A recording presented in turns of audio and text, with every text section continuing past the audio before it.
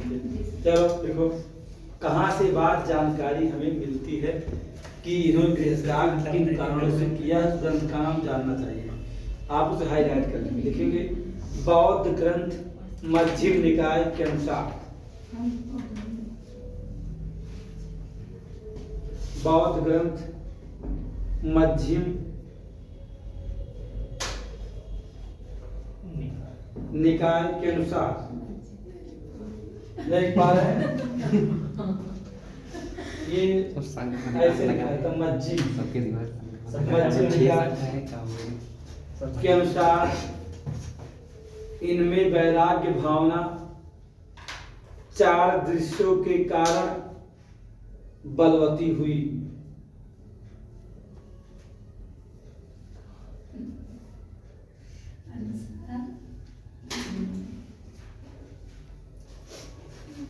अभी बात जानिए तो 4 दृश्य की बात कहाँ की गई है? 4 दृश्यों के कारण बलवती हुई, यानी 4 कारण हैं ऐसे जिस कारण से बुद्ध जी क्या हो गए? नहीं बुद्ध नहीं, सिद्धार्थ बना बुद्ध। ध्यान रखिएगा तो क्या लिखा है? विवाह उपरांत की परिस्थिति, विवाह हो गया, बच्चा हो गया, अब कहाँ जा रहे हैं? अब गृह त्याग की कहानी चल रही है। अब इसके बाद गृह त्याग देंगे तब आएंगे कि कहाँ? सिद्धार्थ से बुद्ध तक का सफर कैसे बन गई बुद्ध। तो पहला कारण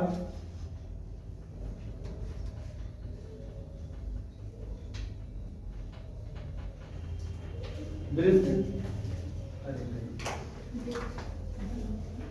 लिखेंगे वृद्ध आवलिक बूढ़ा ब्रैकेट में जर्जर शरीर वाला,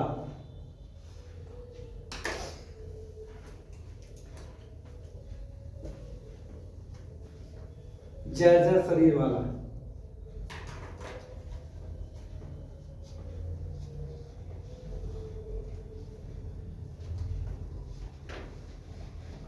अब ये घूमने क्यों गए थे भी याद जानिएगा। जब अशांत उनके पिता ने कहा कि ले जाओ उनको नगर भ्रमण करवा रहा हूं, तो चलना और कंथक, चलना इनका सारथी है, कंथक घोड़ा है। ये नगर भ्रमण निकले थे और उसी नगर भ्रमण के दौरान भी 4 दृश्य दिखे। जो देखा कि वृद्ध या बूढ़ा जर्जर शरीर के व्यक्ति जो हाड़ मांस की जो है हाड़ मांस को अपने एक लाठी पे ढो रहा है, मतलब झुक के चलते हैं। जब बहुत जर्जर शरीर हो जाएगी तो आप सीधे नहीं चल पाएंगे, बड़ा दुर्दिन है जीवन। कैसे मर जाओ अच्छा है, तो सब जीना बहुत मुश्किल जीवन। जब आपकी शरीर ऐसे झुक जाएगी, ऐसे रहेंगे क्या भैया ऐसे बूढ़ा भी दिखाते हैं।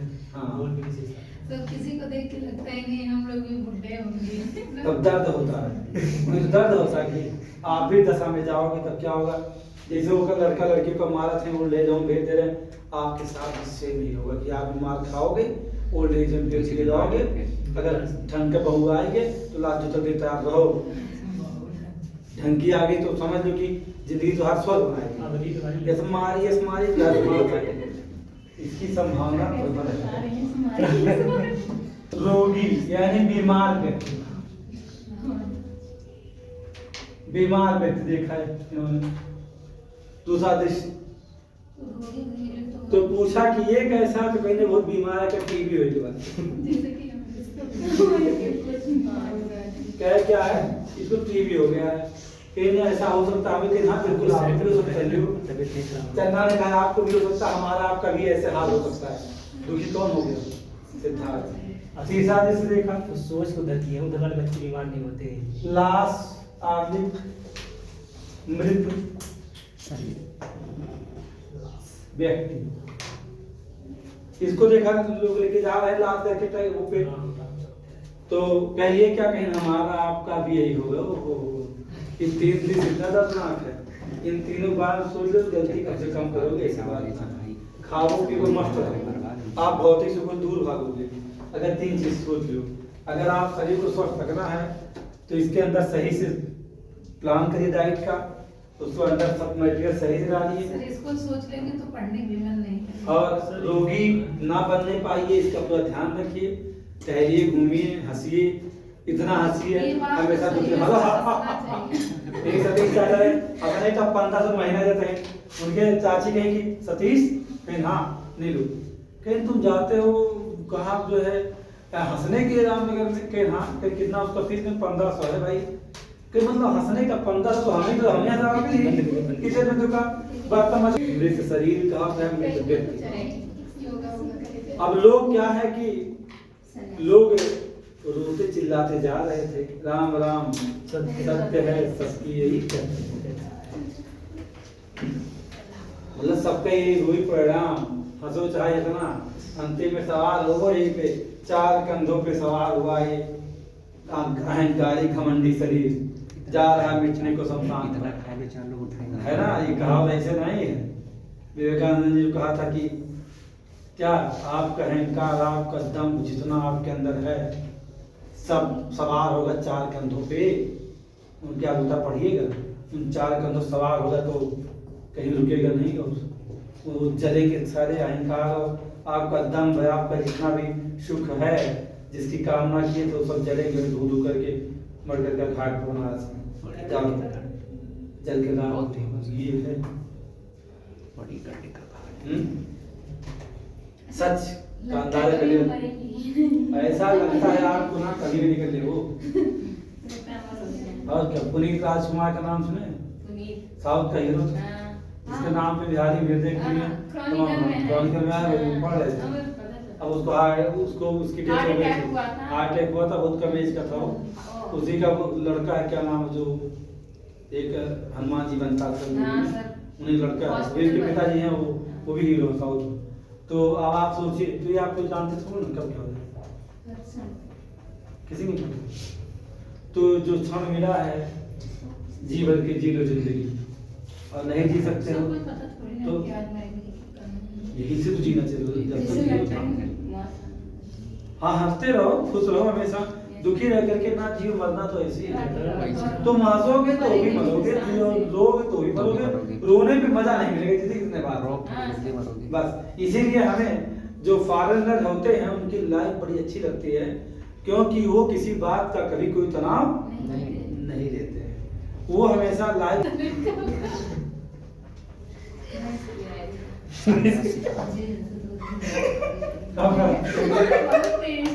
क्या धीरे बोले आप सुनिए ना क्या करें।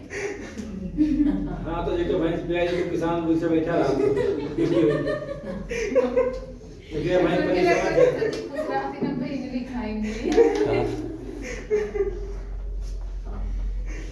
अब देखिए, अब आप देखिए भाई लिखा आप सन्यासी, देखिए सन्यासी ब्रैकेट में जो सांसारिक मोह बंधन त्याग कर प्रसन्न मुद्रा में भ्रमण कर रहा था। सन्यासी ब्रैकेट में जो सांसारिक मोह बंधन त्याग कर प्रसन्न मुद्रा में भ्रमण कर रहा था।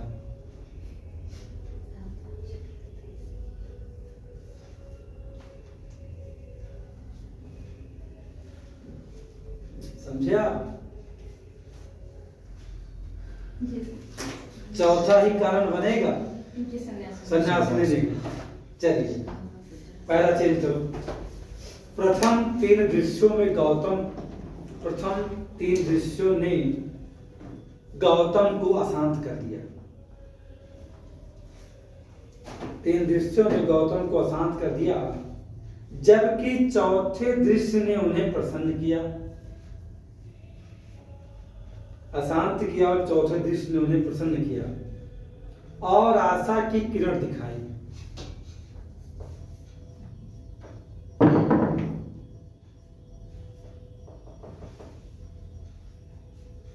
और आशा किरण दिखाई। प्रथम 3 दृश्यों के मार्फत, ऐसे लिखो अच्छा शब्द है, प्रथम 3 दृश्यों के मार्फत जानते हैं, कारण वजह से मार्फत गौतम ने यह जाना कि एक दिन मार्फत मार्फत इसलिए क्या होता है?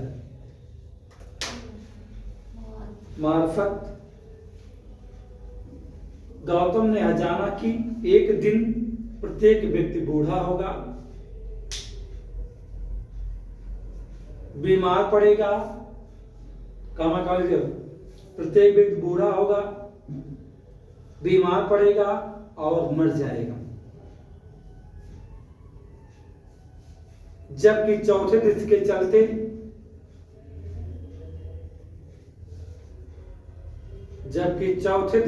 चलते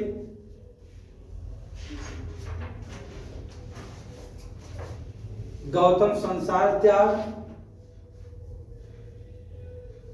और निवृत्ति के मार्ग की ओर चौथे दृश्य के चलते गौतम संसार त्याग और निवृत्ति के मार्ग की ओर उत्प्रेरित हुए। तो आपसे भी एक सवाल किया जाए और कहा जाए कि सिद्धार्थ के गृह त्याग का मूलतः कारण है, तो जब चारों option A B C D करके दे दिए जाएंगे तो आपका चौथा ऑप्शन क्या होगा? सही होगा। जाने रहिएगा, हम चीन को नहीं। अगर हाँ ये लिख दिया जाए उपयुक्त सभी पांचवा ऑप्शन बना दिया जाए तो ठीक है। अगर ऑप्शन में पांचवा नहीं है कोई, ए बी सी डी ऐसे रखा हुआ है, तो यही मूल कारण है। तीन दृश्य ने अशांत किया, चौथे ने मार्ग दिखा दिया त्याग का। समझे आप? चलिए रिमार्क। डॉक्टर डी कौशाम्बी का मानना है कि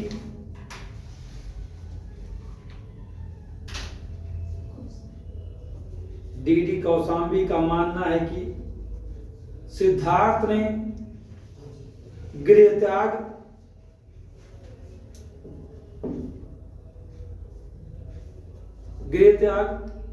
राजनीतिक कारणों से किया है।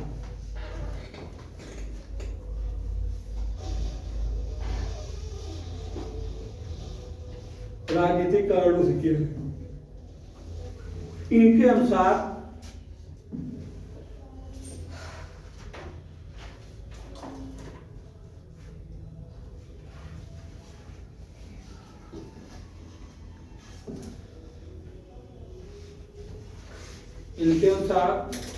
शाक्यों के पड़ोसी एवं संबंधी कोलीय राज्य के साथ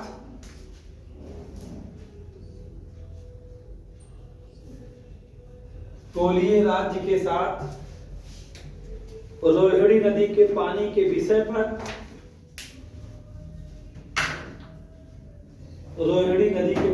विषय पर हमेशा युद्ध हुआ करता था।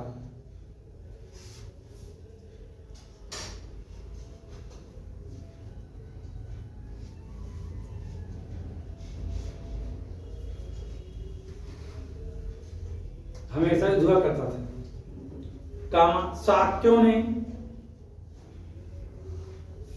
कोलियों के दमन हेतु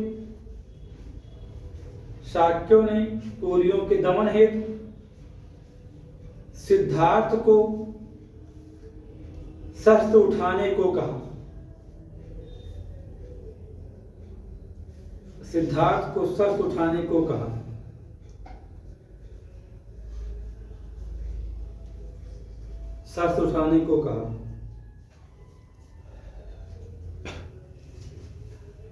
सिद्धार्थ ऐसा नहीं चाहते थे, इसलिए उन्होंने गृह त्याग कर दिया। समझ गए भैया?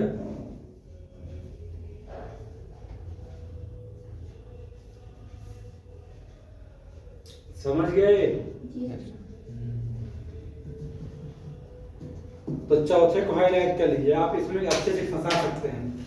यहाँ अभी नया सवाल है कि सिद्धार्थ के महाविनिष्क्रमण का मूल कारण है।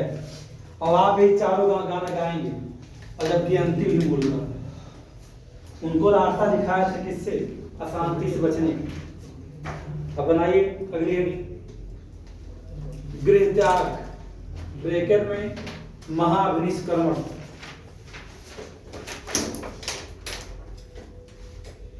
गृह त्याग जिसे क्या कहा जाता है? महाविनिष्क्रमण।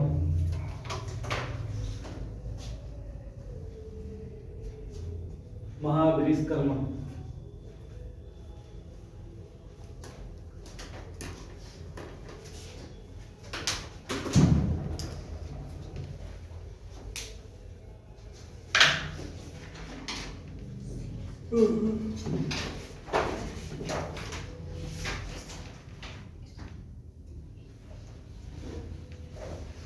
देखिए, अब देखिए समझ लीजिए।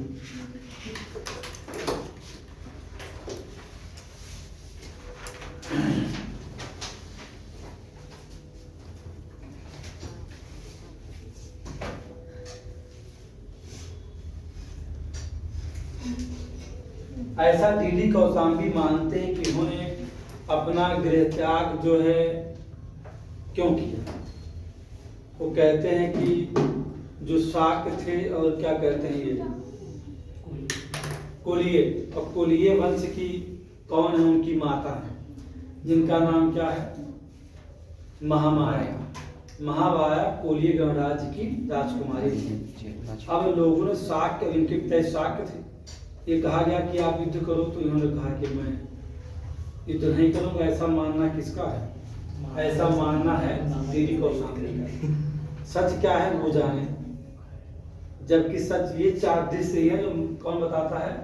मध्यम निकाय, जो कि बौद्ध ग्रंथ है।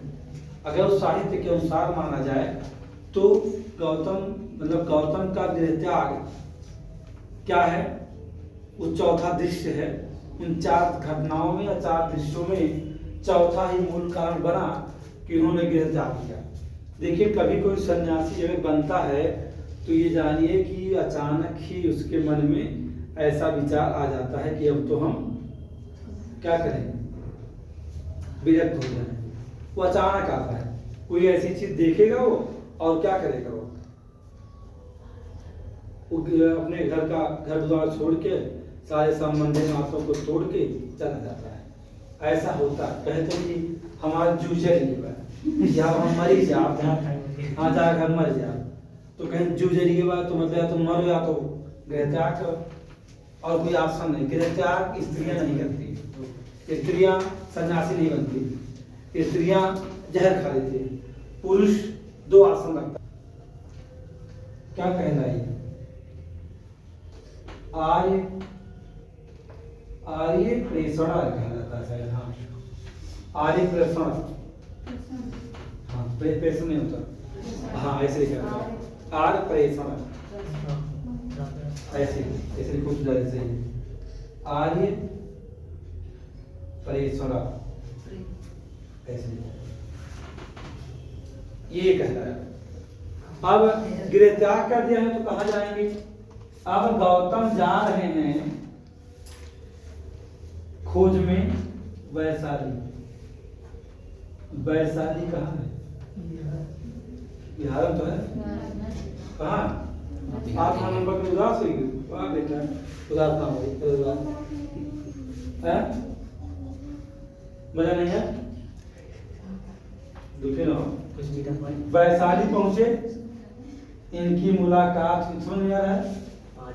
5 ब्राह्मण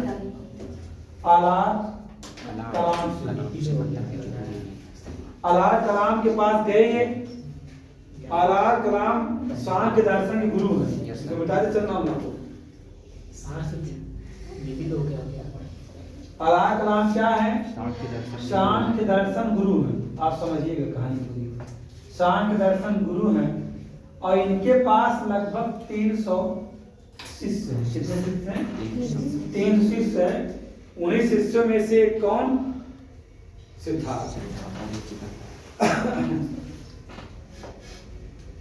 एक सवाल उठता है कि अलार कलाम ने सिद्धार्थ को कौन सी शिक्षा दिया था? गौतम और कलाम की शिक्षा उसे कहते हैं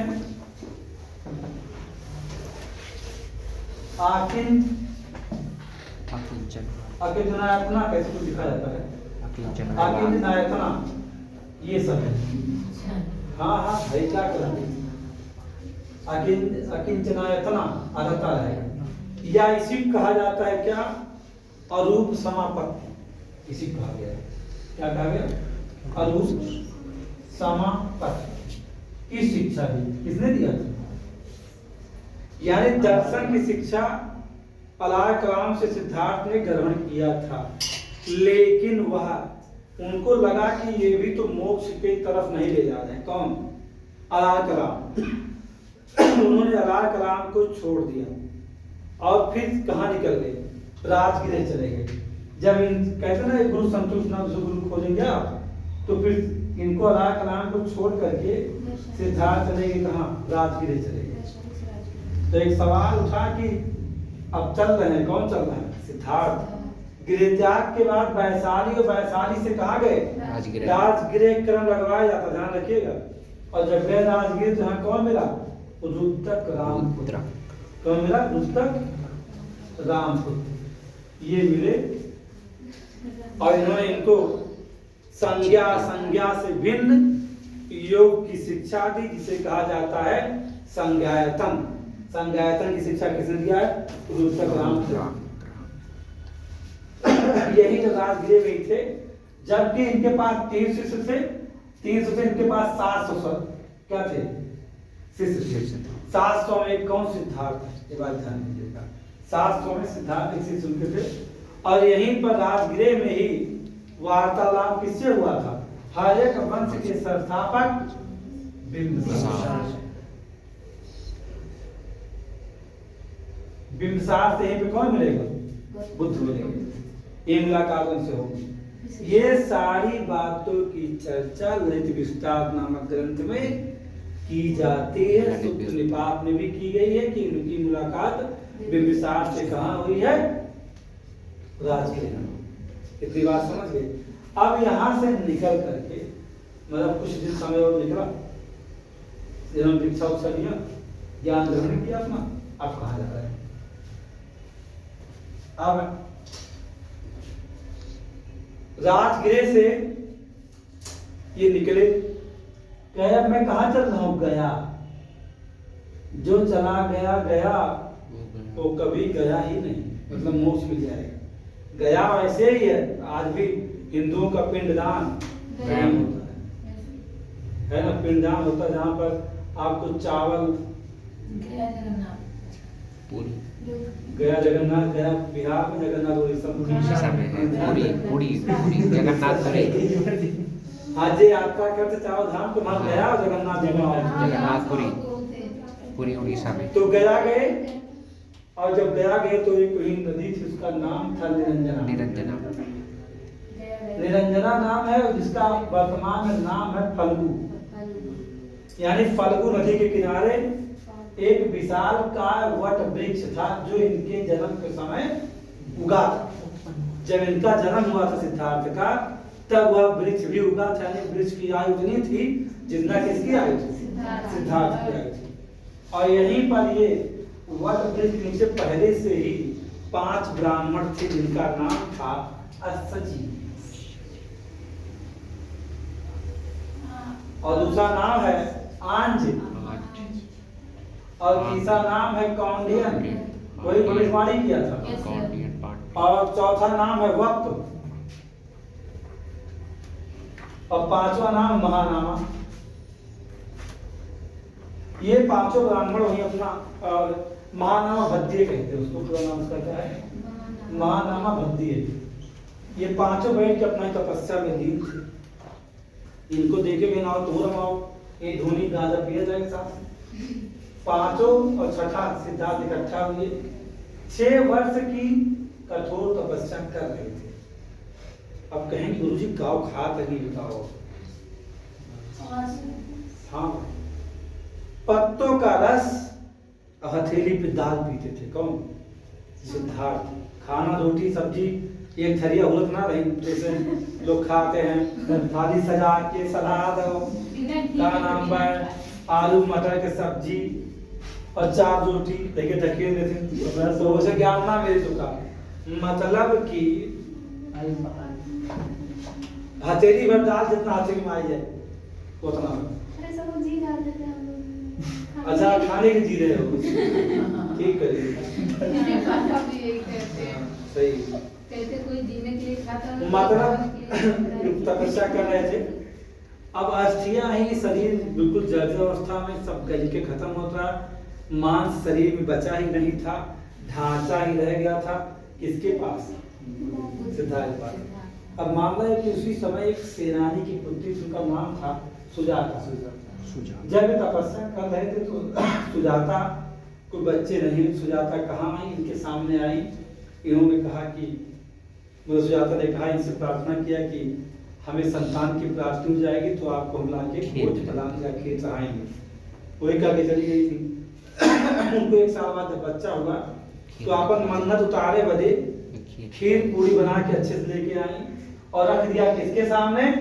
सिद्धार्थ के सामने। अब महका कंट्रोल तो दूर जाएगा। बस वहीं पे क्या हुआ, उन्होंने क्या कर दिया, उसे खा लिया। 5 ब्राह्मण गुस्सा के जाओ नकिष्ट तो बेकार हो, तो आप पूरा तपोबल तपस्या तो नष्ट हो गई, कोई फायदा ना। 5 ब्राह्मण गुस्सा हो गए, कहाँ भाग गए? चले गए सारनाथ। अब जब चले गए सारनाथ में कौन? 5 ब्राह्मण, तो बेचारे अकेले पड़ गए। उन्होंने कहा तो क्या करें, तो अकेले बैठे सोच रहे थे। एक बंजारा था उसी रास्ते जा रहा था, बंजारा जहाँ ही बैठे सोचे तब पहले तो भाई 5 साथी जो दाल पियाओ थे हम चला गए, हम क्या करेंगे आप? तो एक बंजारा जा तो उसने कहा कि बेड़ा के तार को इतना मत कसो कि वह टूट जाए और इतना भी ढीला ना छोड़ो कि वो बजे ही ना। मतलब अपना नजर ना कसो कि टूट जाए और इतना जो है ढीला ना छोड़ो कि बजे ही ना। यानी कि मध्यम मार्ग को ढूंढो। मध्यम मार्ग से क्या होता है? ना अधिक कठोर ना अधिक नम्र। अगर नम्र हो गए तो तुमका बना दिया रबड़ मार के, और कठोर नहीं तो खुद टूट गया। वो मतलब यही है इसका। लिखत है, पता नहीं क्या लिख नहीं हुई, यही कहानी सुन ली अच्छे से। तो ये बात उनके बाद दिमाग में चुप गई, किसकी? इसे कहे चलो ठीक है खा लिए तो कोई बात नहीं है, क्योंकि अब वो पांचों चले गए तो उन्होंने कहा ठीक है खा लिए। जब उसकी बात सुन करके प्रसन्न हो गए कौन? सिद्धार्थ। कहे चलो हम मध्यम मार्ग ढूंढेंगे, मतलब ज्ञान की प्राप्ति में। तो फिर एक घसियारा जा रहा था। घसियारा था, घसियारा जानते हो? घास छिलके लाके अपने जानवर खिलाओ तो घसियारा बोलते हैं। उस घसियारे का नाम ही था कुसुम की छिलके। ये घसियारा है। ऐसे कहीं ना कोई बनाओ ऐसे कि हम बैठ के ऊपर तपस्या करें।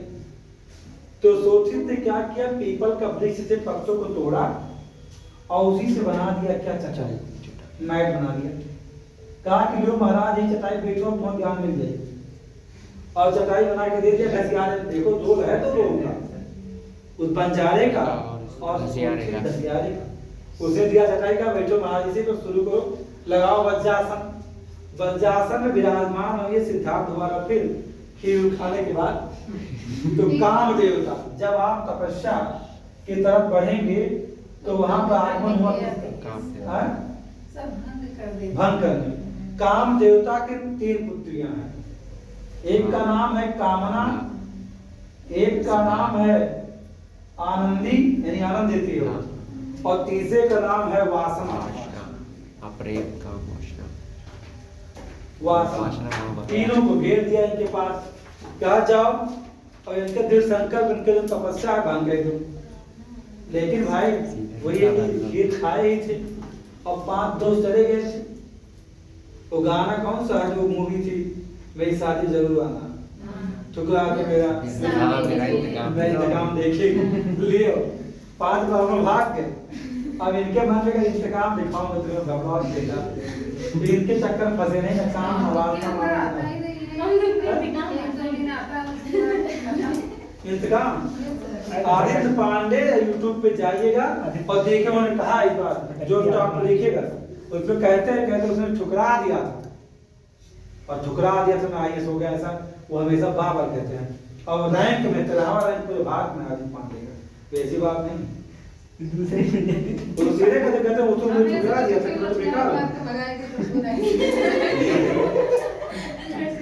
बेकार तो भाई देखो, क्योंकि हाँ ये सिद्धार्थ नहीं बैकआउट नहीं आएंगे, इनके दृढ़ संकल्प को कोई भी डिगा नहीं सका। यानी कि अब इनकी तो तपस्या ही चटाई बैठे हुए 7वां सप्ताह चल रहा है। कौन सा 7वां सप्ताह? 7वां सप्ताह का मतलब होता है 7 सत्ते 49। जब पहुंचे 49वें दिन बस इनको आगमन हुआ किसका? समय का। उसने इनसे कहा कि सिद्धार्थ आपको ज्ञान अगर मिल ही जाए तो आपका साक्षी कौन बनेगा? कौन बताएगा कि सिद्धार्थ को ज्ञान मिल गया भाई? अब 5 पंडित तो भाग गए। काल मतलब समय, और वही काल क्या है? कलयुग तो कहते हैं उसको। उसने कहा ज्ञान अभी मिल ही जाएगा, मिलने वाला है, तो बताइए आप कैसे बताएं, क्या मुझे ज्ञान में कोई मारेगी नहीं? आप कह रहे हो तो कहीं ये भी बात सही है। तो दिन था 49वां दिन, 49वां दिन बैसाख पूर्णिमा।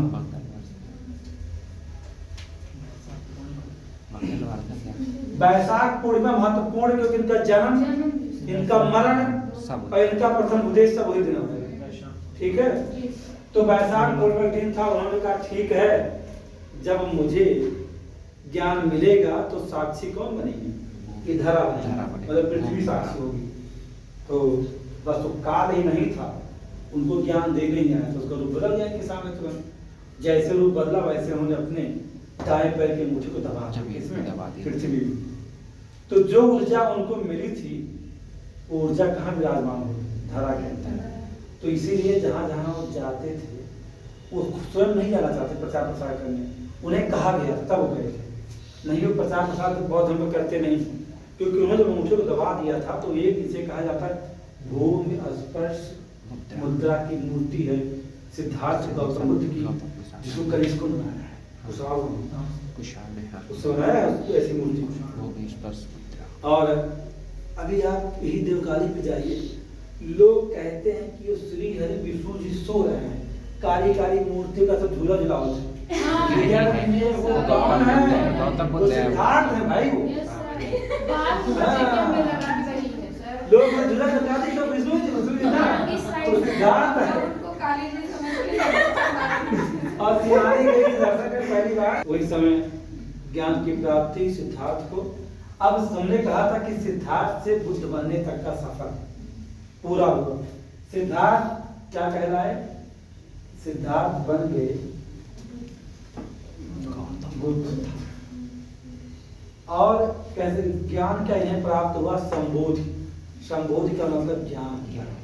जब प्राप्त हुआ तो जानते हैं जो वृक्ष नीचे बैठे थे वो वृक्ष क्या कहलाया? संबोधि। अब गया क्या कहलाया? बोध। ये बात ध्यान रखिए, यही बदल जाएगा, मतलब इनके ऐसा होने से। हाँ, उसमें क्या कहते हैं मार, ये जो मैंने देखा था काम देवता है मार ही भगवान। आप पर्यायवाची पढ़ते हैं तो उसमें कामदेव की पर्यायवाची मार एक आता है, आनंद या मार, तो जानते मार काम देवता है। इन्होंने अपनी 3 पुत्रों को छोड़ दिया था और फिर काल आया था कि आपको ज्ञान प्राप्त। काल क्या, अब ईश्वर का क्या स्वरूप था वही जाने, या क्या बिंदु था जिसने ज्ञान देने को आया था? उसने कहा कि आप कैसे साक्षी कैसे बनाएंगे? तो कहा साक्षी धारा, भूमि स्पर्श मुद्रा में इन्हें ज्ञान की प्राप्ति है। किसे? सिद्धार्थ। अब सिद्धार्थ ज्ञान प्राप्त।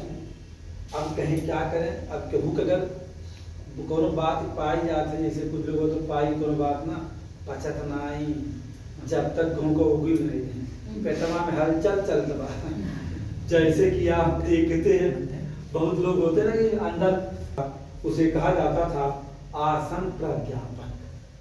ये सवाल सबसे टफ है। बहुत संघ में सभा के सदस्यों को बैठाने का कार्य करने वाला अधिकारी आसन प्राध्यापक है। यस। अब सभा में कोई प्रस्ताव लाओगे ना, प्रस्ताव वृत्ति है।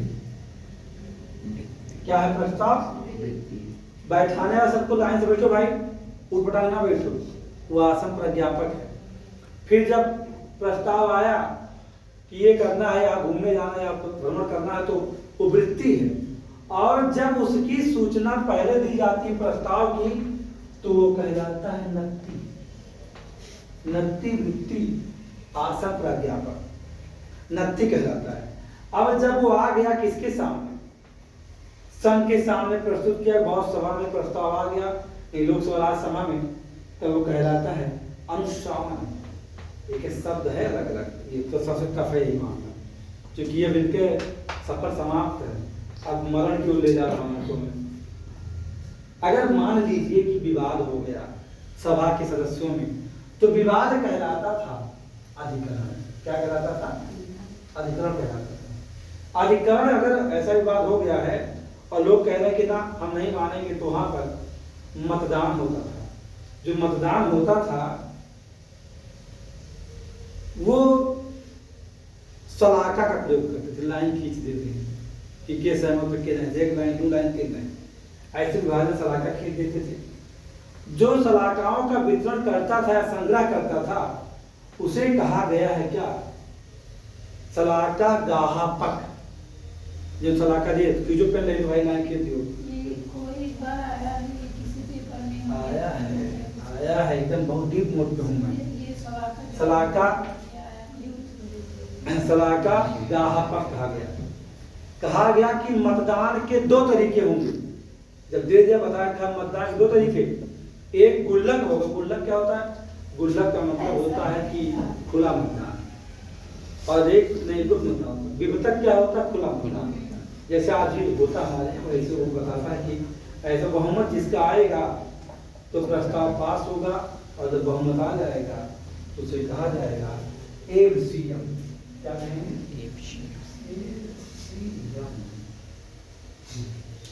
और किसी भी प्रस्ताव पर 3 बार चर्चा परिचर्चा होगी तब जाके पारित होगा। यानी जैसे वर्तमान में ड्रामा है, लोकसभा राज्यसभा राष्ट्रपति, समझिए ये संघ का मतलब यही था। और मान लो कुछ ऐसा लगता है कि हाँ भाई ये जो प्रस्ताव है इस पर क्या कहते हैं कोई कमी है, या प्रस्ताव की कोई विशेष प्रस्ताव जिसमें चर्चा परिचर्चा होना चाहिए, तो बहुत संघ समितियां बनी होती थी। उन्हें कहा जाता था उपवाहिका। उपवाहिका मतलब उप समिति होती थी, तो जांच करती, जैसे हमारे यहाँ आकलन समिति, प्राकलन समिति है ना, बहुत सी पदक समितियाँ और अस्थायी समितियाँ बनती रहती हैं, तो ऐसे जांच करनी। ये सबसे टफ है। जैसे लोकसभा में गणपूर्ति 55 है, वैसे किसी प्रस्ताव की चर्चा करने के लिए बहुत संघ में 20 सदस्यों का होना अनिवार्य था। अगर 20 नहीं बैठेंगे तो कोरम पूरा नहीं। समझ गए पूरी कहानी? टफ है इजी?